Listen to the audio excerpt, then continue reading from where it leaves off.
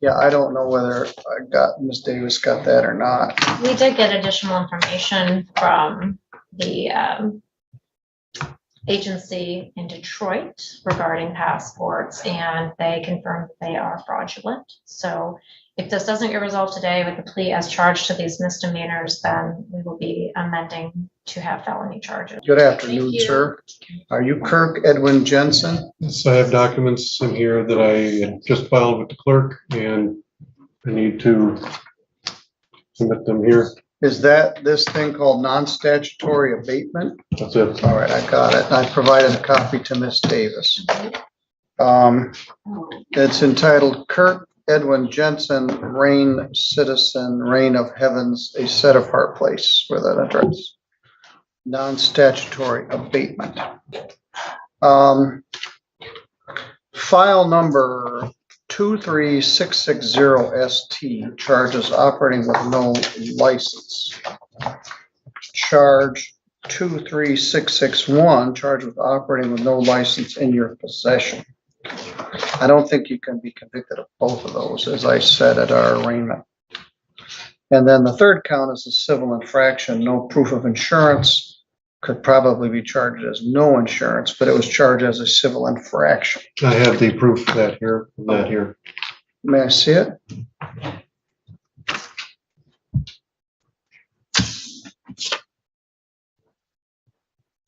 All right, that's the person that owned the car. Correct. Yep. All right. Let Debbie see that. All right, we had kind of a chase our tails around at the time of the arraignment. You are, what do you wish to be, a Reign citizen? I have a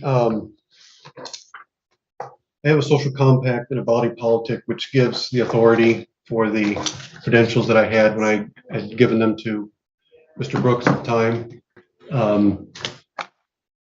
And the officer that wrote the ticket. right. You had said that you were going to try to get those from him and see them for yourself. Yeah, I don't know whether Ms. Davis got that or not. We did get additional information from the agency in Detroit regarding passports, and they confirmed they are fraudulent. So if this doesn't get resolved today with the plea as charged to these misdemeanors, then we will be amending to have felony charges. People call themselves different things. The common vernacular term had become sovereign citizen. And I do not claim that in any way, shape, or form. All right. I rebut that. I completely rebut that statement. All right. Well, I tried to think of a term for it. Well, just a minute. Okay. Let me get my thoughts together here. We had a guy, Mr. Aiken, a couple of weeks ago, and we went round and round with him, and he wanted a jury trial, and he didn't show up, and then he was found in contempt, and he went to jail. And I said, well, how about willfully misinformed defendant? That's too cumbersome, or willfully ignorant defendant. And then I was laying in bed between then and now, and I thought, follow me here, Mimsy were the borough groves. It's like, what the heck does that mean? It's from the poem Jabberwocky by Lewis Carroll. It was written in the 1800s. It's a nonsense poem that doesn't mean anything. And more importantly, there was a science fiction story written maybe during the war called Mimsy Were the Borough Groves. It's a very interesting story about some toys that were sent from the future back to here. It's pretty relevant right now with cell phones. And the third line is Mimsy were the borough groves. And what is a borough grove? It doesn't make any sense. So my term for these people that come in with this kind of nonsensical jabberwocky is going to be borough groves. So this is Borough Grove It doesn't mean anything, and neither do your pleadings. This non-statutory abatement and all this stuff about self-claimed contracts and Exhibit B and C has no lawful effect. So the question I have here is, do you wish to have a trial on these matters, or do you wish to enter a plea to this? So does the body politic and social compact, is that being disregarded? Correct. Okay, then I'll go with the trial. All right, then I will. Do you want to have an attorney to assist you? No. All right, you sow the wind and reap the whirlwind. The prosecutor is going to charge you with some sort of felony charge. What charge did you have in mind, Ms. Davis? I believe that Prosecutor Morgan looked it up, and it was fraudulent documentation, basically manufacturing fraudulent passport and a fraudulent license.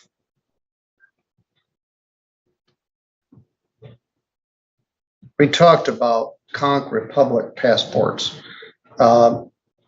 Whatever you had, and this false passport and some claim that somehow you had an international driver's license.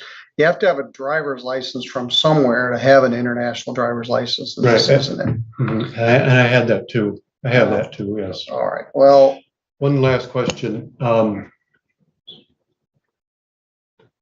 The documents that were taken by Mr. Brooks, I want to make sure that those are entered in as evidence when the time comes. do you have those, Deborah? I do not have physical possession of them. As all evidence, it's held by the sheriff's department and the evidence lockers. So certainly we would introduce those as exhibits. All right. Well, you're always polite enough, but you're I stand this. firm. Well, this it's the stand problem firm with on this that, this is insidiously dangerous. People decide on their own that the rules don't apply to them. And even though they're polite and respectful, you're yanking my chain, and this is a waste of our court's time and Miss Davis's time. I intend to prove that All these right. things are correct. All right, maybe you do, but they aren't. This stuff is meaningless. And if everybody decided like you that they don't need a driver's license, they don't participate in our social contract, and they wish to use our public roadways and our streetlights and our court system, but hey, it doesn't apply to me, things would break down. The rule of law would cease to exist. So it's polite, but it's insidious and it's dangerous. What's next? I don't have the social contact, so I can punch somebody in the nose. I can kill somebody. I can sell drugs. The rules don't apply to me because I'm a RAIN citizen. Well, it don't work that way, at least not here in Michigan or in St. Joe County. Same rules apply to you that apply to everybody else. And you're going to get charged with a felony document fraud case. Do you want a bench trial or a jury trial? Jury. Yeah, the same thing. It's hypocritical. The rules don't apply to you, but you don't mind bringing in 30 of your citizens to come in and It's hear going to be this just stuff. me. It's just going to be just me. I'm going to set for a jury trial. Mimsy, where the borough grows. That's what this amounts to. 'Twas brilling on their slithy ties. It's a bunch of nonsense. And so, Mr. Borough, I will see you on August 16th at 8:30. Your Honor, just to clarify a few things in anticipation of that. As far as service, Mr. Jensen, will you accept service at the email that you have on this non-statutory abatement? Correct, yes. Okay, so just wanted the clarification that I'm going to send a witness list to him, make sure that he has the supplemental report from. Yeah, there is Detective one thing Stevens. that it does have some merit in here.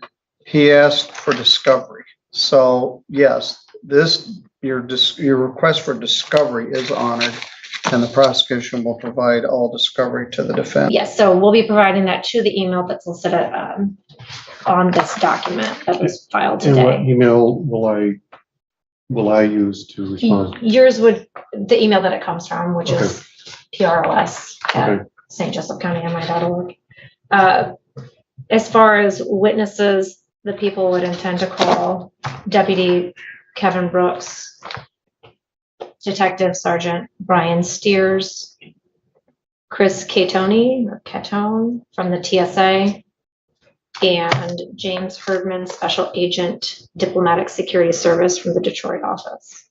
Will all that be included with the email? Yes, I will do a written witness list. So What's you that have it. officer's name? The last one, James Herdman, Herdman.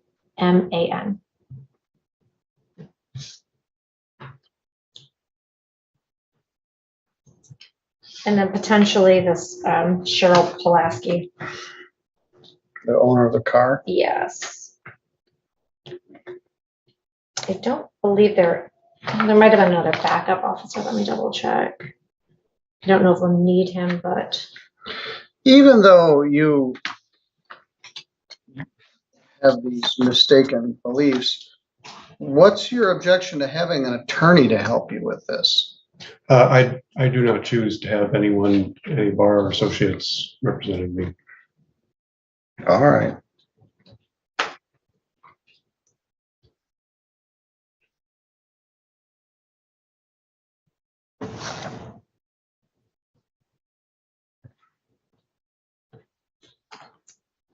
If it is not charged as a felony, in the meantime, you're to be here August 16th at 8:30. Okay. And do you have any witnesses that you wish to call? Potentially the owner of the car. I'm not sure at this point, but that would be one potential minimum. Other Just a minute. witnesses, would they be available? One precaution, the owner of the car might have a Fifth Amendment right not to testify. Mhm. If they're allowing you to drive the car without an operator's license, that could be a misdemeanor in and of itself. So that's something to consider. But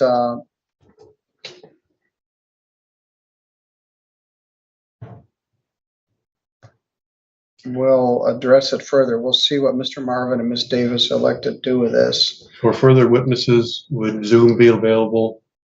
No, they be here live and in person. Okay. All right. Any questions?